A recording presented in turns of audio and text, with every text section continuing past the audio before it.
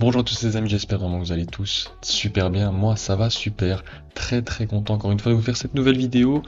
Analyse la Serbie qui a affronté les Three Lions, victoire 0-1 des Anglais grâce à un but évidemment de l'inévitable Jude Bellingham. Franchement c'est un match qui était un peu décevant, surtout en deuxième mi-temps de la part des Anglais. On les attendait peut-être un peu plus rassurants au niveau de leur statut de grand favori de cet Euro 2024. Donc voilà, encore une fois, on va y revenir.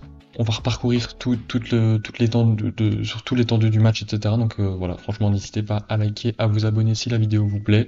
Et puis bah, voilà, c'est juste une petite remarque aussi. Voilà, je fais une vidéo analyse où juste je parle, je regarde la caméra, je parle avec vous, plutôt que comme je faisais un petit peu avant, où voilà, je faisais quelques captures d'écran, etc. d'un match. Le problème c'est que c'était trop long, et en plus, bon, à chaque fois, et apparemment l'UEFA trouve que j'ai pas le droit, apparemment, alors que c'est juste des captures d'écran, donc je préfère le faire comme ça, en tout cas pour le moment. Je vous illustrerai à chaque fois mes propos par des images, etc. Donc ça restera quand même dynamique et sympa, je pense. Donc franchement, n'hésitez pas par contre à me dire en commentaire comment vous trouvez ce nouveau format d'analyse. Et puis nous, on est parti du coup avec la vidéo. Let's go. Donc, évidemment, les compos, c'était une classique. Franchement, du côté de la Serbie, on connaissait ceux qui allaient normalement débuter le match. Quoique, c'est vrai qu'il y a un choix sur le côté gauche de mettre Tadic sur le banc et du coup préférer un Kostic sur le côté gauche en tant que piston qui va pouvoir aider à la fois offensivement et surtout défensivement sur Bukayo Saka. Bah ça n'a pas trop fonctionné. Saka qui a été très bon sur son côté droit, qui a provoqué, qui d'ailleurs amène le premier but grâce à un centre pied droit. Franchement, il a été très bon Saka.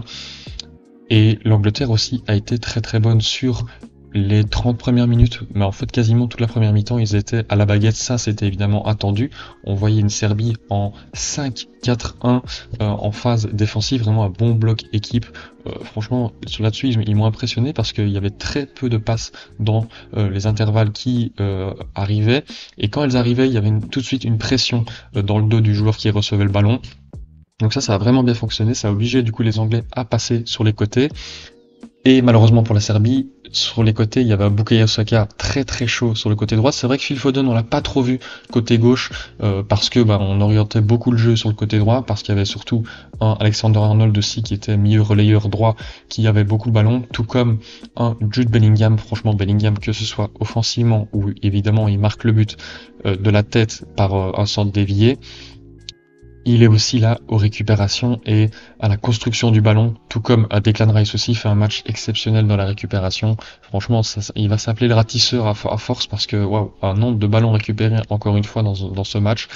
Et Bellingham, si on revient sur lui, voilà, on a senti qu'il a passé un cap avec cette saison au Real de Madrid, où là, c'est vraiment le patron de ce milieu de terrain. À seulement 20 ans, c'est ça qui est fou. Et en termes de ballons touchés, de technique, c'est un autre niveau, franchement, Bellingham. Il est en mission pour le Ballon d'Or, c'est pas possible autrement.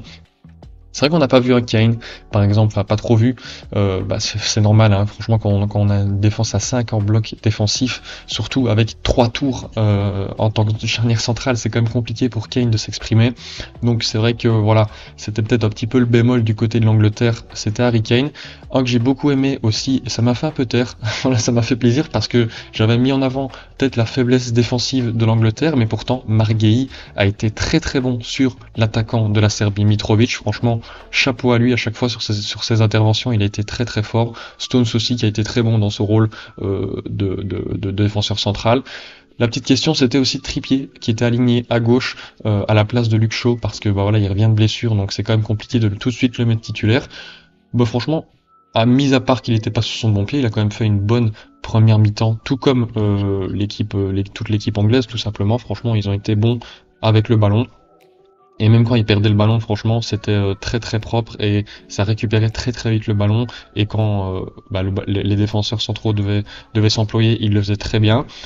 Et par contre là, le petit problème, c'est que ok, il gagne 0-1 à la mi-temps, c'est très bien, mais en deuxième mi-temps, il montre un tout autre visage. C'était vraiment très spécial. On les a sentis beaucoup moins appliqués, beaucoup moins engagés en termes de pressing ou même de possession de balle. La Serbie du coup en a profité. Ça a aussi été aidé et simplifié par l'entrée de Tadic après la sortie de Mitrovic, le capitaine. Il était d'ailleurs un peu évidemment déçu et consterné de sortir à la 60e, mais finalement c'était pour le bien de l'équipe parce que à partir de la 60e, la Serbie s'est vraiment projeté eux-mêmes sur les côtés et ont apporté des centres très dangereux. On a aussi Vlahovic qui était à la fois en première mi-temps et en deuxième mi-temps très intéressant en termes d'appel de balles. Franchement, il faisait pas mal de courses autour de Marguerite, etc. Et puis même si c'était en première mi-temps par exemple, ça relayait à chaque fois entre lui et Mitrovic pour le décrochage qui était vraiment très très sympa. Et à contrario d'une première mi-temps où on l'a pas beaucoup vu, par exemple Milinkovic Savic, le joueur d'Al Hilal, il a été plutôt intéressant dans ses transmissions et dans ses passes dans les intervalles. Franchement là il a été plutôt bon. On a eu quand même quelques frayeurs du côté de l'Angleterre avec cette frappe aussi de Vlahovic un peu en étant amené vers l'arrière où il ferait une frappe pied gauche très puissante. Malheureusement elle est un peu trop axée et du coup Pickford a juste à faire une petite claquette, il l'a fait très bien pour les photos aussi, mais donc ils ont quand même apporté du danger. C'est vrai qu'il a fallu avoir un contre-coup pour la Serbie parce que Kane a failli marquer un but de la tête sans un gros arrêt du gardien de la Serbie. Franchement là c'était le 0-2 après justement quelques minutes où la Serbie prenait le dessus et avait des actions dangereuses. Ça aurait pu leur faire mal, mais ils sont toujours dans le match grâce à leur gardien. Et puis là, ça se calme, forcément, ça se calme un peu, jusqu'à la 80e où encore une fois les changements font beaucoup de bien. Pas comme ceux de l'Angleterre. Jarrod Bowen, il n'a pas apporté grand chose quand il est rentré. Ouais, Gallagher non plus, au milieu de terrain, il n'a pas apporté grand chose. Mais nous, il est rentré à la 85e, ça m'a fait plaisir en tant que supporter de Manchester United, mais bon, l'Angleterre était acculée quasiment dans son rectangle, parce que la Serbie poussait à partir de la 80e. Ils étaient beaucoup plus dans le camp dans l'Angleterre et même l'Angleterre avait du mal à sortir et à chaque fois dégager super loin, soit sur Kane qui à chaque fois galérait pour garder le ballon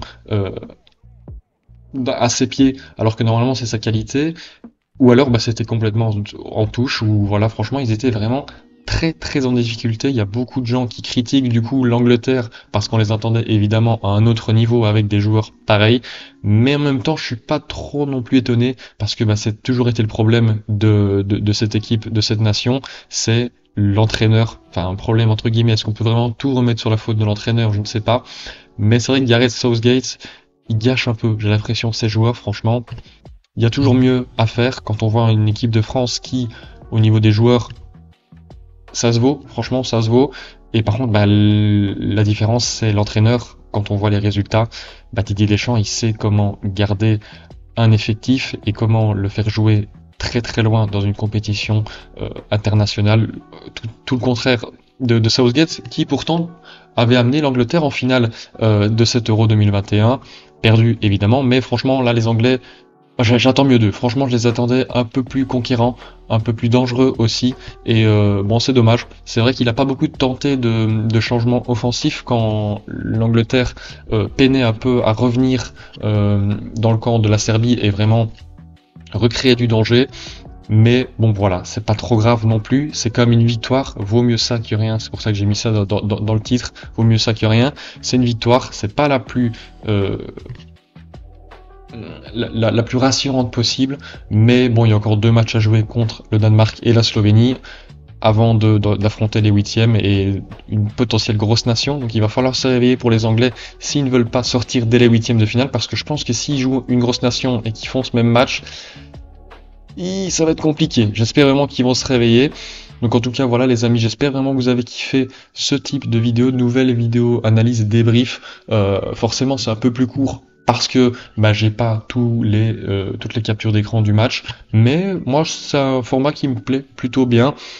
Voilà, c'est vraiment histoire de parler avec vous, ça me fait plaisir aussi. Donc franchement n'hésitez pas à me dire en commentaire sur quoi est-ce que je peux peut-être m'améliorer, etc. au niveau du montage, ou peut-être un peu plus parler du match si vous voulez qu'elle soit peut-être un peu plus longue. En tout cas voilà, n'hésitez pas à me le dire.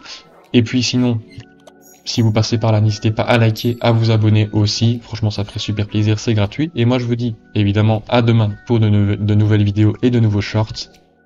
Ciao, ciao.